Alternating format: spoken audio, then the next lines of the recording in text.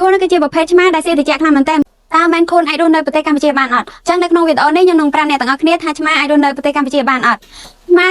មែនខូនអាចរស់នៅក្នុងប្រទេសកម្ពុជាបានបើសិនបើអ្នកទាំងអស់គ្នាយល់ដឹងពីការចិញ្ចឹមប្រភេទឆ្មាមែនខូននេះបានច្បាស់លាស់ហ្នឹងខ្ញុំប្រាប់អ្នកទាំងអស់គ្នាថាយើងចិញ្ចឹមប្រភេទឆ្មាមែនខូនបានដោយរបៀបណាទី1តម្រូវឲ្យបរិយាកាសឬក៏បរិស្ថាននៅទីនោះស្អាតហើយមួយវិញទៀតទី2គឺចំណីអាហារយើងត្រូវតែរើសរកចំណីអាហារណាដែលសមស្របជាមួយនឹងប្រភេទឆ្មារបស់យើងត្រូវការប្រភេទអាហារដែលមានប្រូតេអ៊ីនខ្ពស់ក៏ដូចជាឲ្យបន្ស៊ាំជាមួយនឹងបរិយាកាសនៅក្នុងប្រទេសកម្ពុជាហើយមួយវិញទៀតគឺទៅលើរោមចំពោះរោមអ្នកទាំងអស់គ្នាដឹងហើយថារោមរបស់ឆ្មាមែនខូនគឺជាឆ្មាដែលមានរោមក្រាស់ហើយវែងអញ្ចឹងប្រភេទឆ្មានេះគឺតម្រូវឲ្យប្រើប្រាស់ចំណីណាដែលមានប្រូតេអ៊ីនខ្ពស់ដើម្បីជួយលូតលាស់រោមបានល្អ